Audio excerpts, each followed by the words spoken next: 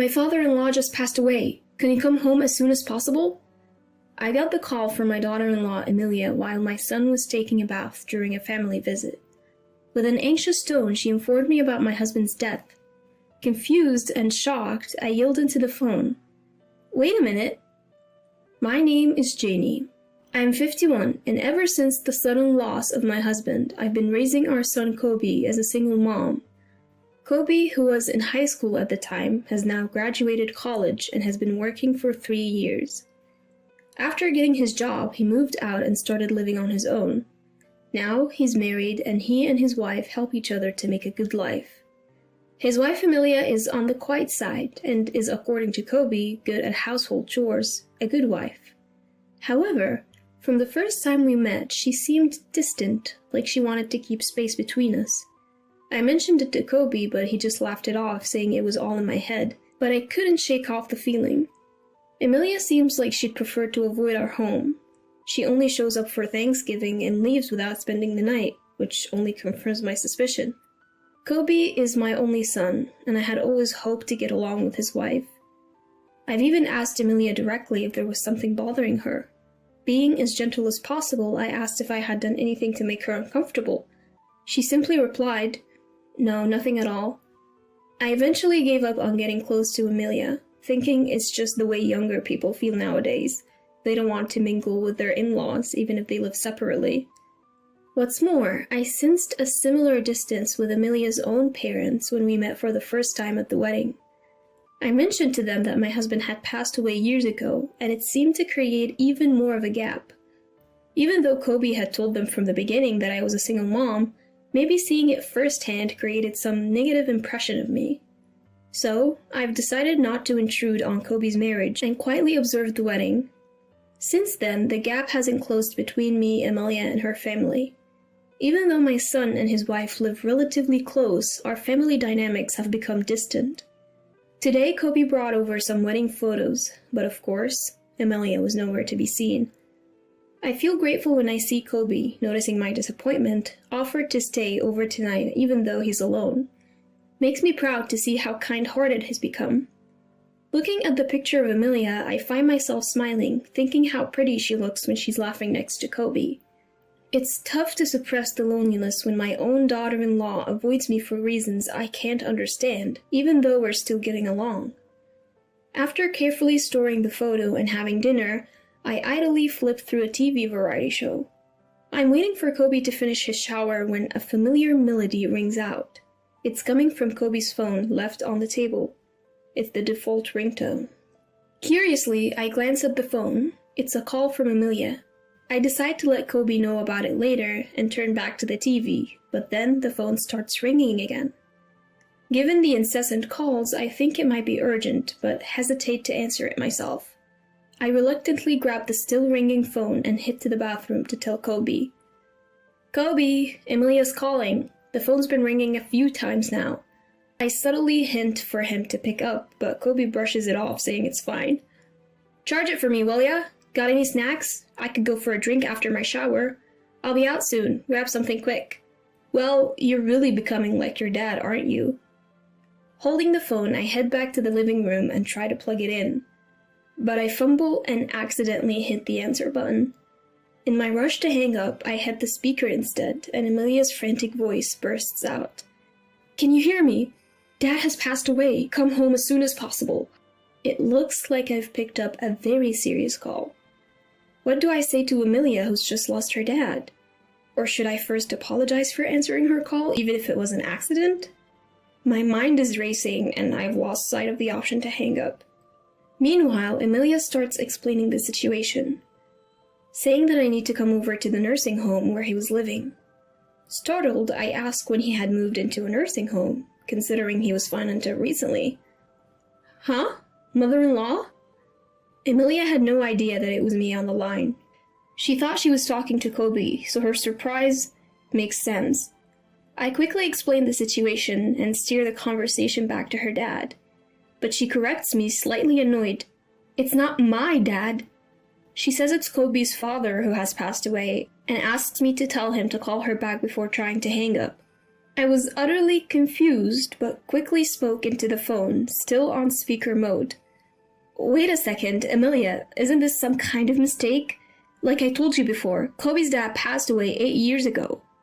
Amelia seemed shocked by my statement. She stuttered momentarily, but quickly regained her composure. Now is not the time for lies. Why would you lie about something so heartless at a time like this? Before I could make sense of Amelia's sudden accusation of me lying, the room fell silent. In that moment, I noticed that Kobe, his face pale, was holding the phone. The call had ended. He had likely rushed over after hearing our heated conversation while taking a shower. Water was still dripping from his hair. It was clear that he'd hurriedly grabbed the phone. I asked Kobe, who was deliberately avoiding eye contact with me, what was going on. What did Amelia mean when she said your father just passed away? I had made it clear to her before we got married that your father had passed. Why would she think otherwise? When I pressed Kobe, who was visibly uneasy, he dodged my questions. Whether it was a misunderstanding on Amelia's part or someone who was like a father to him, it was clear he was hiding something. We'd been having a tense exchange for a while. Amidst this, Kobe's cell phone buzzed.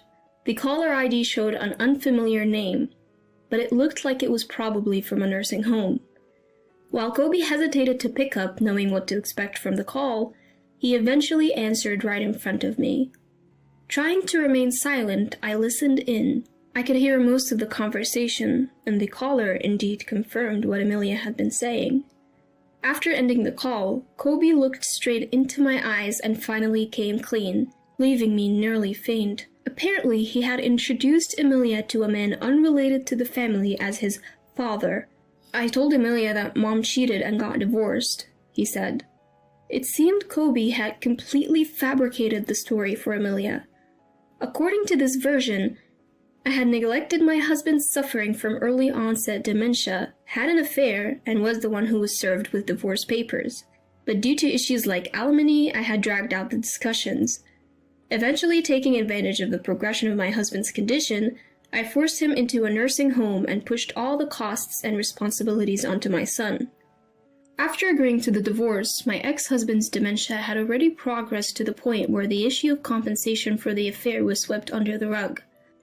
Kobe, who lied about our divorce to his parents-in-law, was careful not to show Amelia his marriage certificate when he submitted it.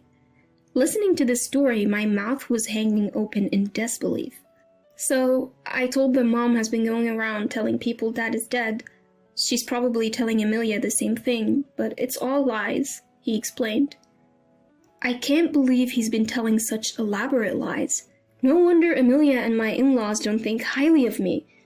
When I scolded Kobe for lying, he hung his head like a scolded child and mumbled that he wanted extra money for leisure. He thought he could lessen the amount he gives to Amelia by saying he was using it to pay for his father's care home. And shockingly, Kobe even aimed to inherit fake assets from another man. Kobe, who works as a caregiver, met a man with dementia who was a landlord when he went to assist at another facility. Although the man was not yet 70, he had multiple health issues and had entered the facility to receive end-of-life care. The man likely had early onset dementia and had deteriorated to the point where he didn't even recognize his real son. Kobe took advantage of this and started to act like he was the man's only son. On top of that, using his role as a caretaker, he had the man's real family pay for his residential fees. Meanwhile, he was also pocketing a few $100s every month as caregiving fees for doing small tasks. All of you must be so busy. Don't worry, I'll take good care of him, he would say. Sometimes he'd even lie about the man's health to minimize family visits. Whenever he found the time, he would sit beside the man, even going so far as to have him write a will, leaving all his inheritance to Kobe. Kobe's manipulative ways gained him the trust of the facility, as he even told them that he had lost contact with his father since our divorce.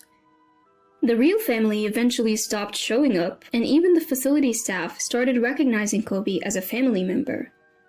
Listening to this appalling truth coming from my son made me wonder if he really was my son. Now that the man had passed away, there wasn't much that could be done. I forced myself to tell a remorseful-looking Kobe to quickly inform the real family of the man's passing. Later, I took Kobe to apologize to the real family, and when they heard the truth, they were understandably furious. "We will sue you for fraud," they yelled. Kobe politely apologized and pleaded to avoid a lawsuit, saying they could nullify the will, but this only enraged the family even more. From the family's perspective, nullifying the will was a given. Nothing had been resolved, including the caregiving fees and the manipulation of the deceased. Kobe, who seemed to think a simple apology would suffice, was at a loss in the face of the family's blazing anger and clung to me, nearly in tears. "Going to court is impossible. Mom, you know it too, right? I don't have money to pay for damages. I've told you everything, help me. A mother always defends her child, doesn't she? I can't say I'm completely unaffected by the desperate plea from the son I've raised for over 20 years, but I have no intention of helping him. He's done something truly awful. I believe he needs to face the full wrath of the family and offer a sincere apology from the bottom of his heart." I apologized deeply, just like Kobe had, and all I could do was show my sorrow to the family as a parent. From that point on, Kobe's life spiraled downward. Emilia, who was his wife, filed for a quick divorce and returned to her parents' home. When faced with the prospect of divorce for lying so egregiously and swindling money from others, Kobe argued back. "I don't want to break up. The money was also for Emilia." When they expressed their wish for a swift divorce and even threatened legal action and financial claims, Kobe had no choice but to back down. He knew that he could be in legal trouble for what he'd done. Although no claims had yet been made, he was being sued by the family of the deceased man. Perhaps he realized that he wouldn't be able to handle additional claims from Emilia. Furthermore, Kobe got fired from his job. The company claimed he damaged their reputation and shattered their trust in caregivers. After the court's decision, Kobe was required to pay back the caregiving fees he had received, as well as compensation for the emotional suffering of the deceased man's family. The will left by the deceased man was invalidated, taking into account the progress of his dementia. Kobe, who had almost no savings and was already unemployed, was now burdened with massive payments, including legal fees. Choosing city life for better job prospects, he rented a small, old apartment. He's barely making ends meet through day labor, trying hard to continue payments. He had reached out to me for help multiple times. Each time, I told him I had already helped enough by co-signing his lease and urged him to reflect on his mistakes. Now, juggling multiple jobs and searching for better paying work, he doesn't even have the time to complain. As for me, I continue to live alone. However, Emilia and her parents graciously visited me to apologize. They said they were sorry for their ill-mannered behavior, which was based on a misunderstanding of me. But I knew it was all my son's fault. We left it at that, acknowledging the unresolved issues between us. Since there were no children and the divorce was finalized, I don't expect to meet Emilia again. However, we still exchange seasonal greetings through letters.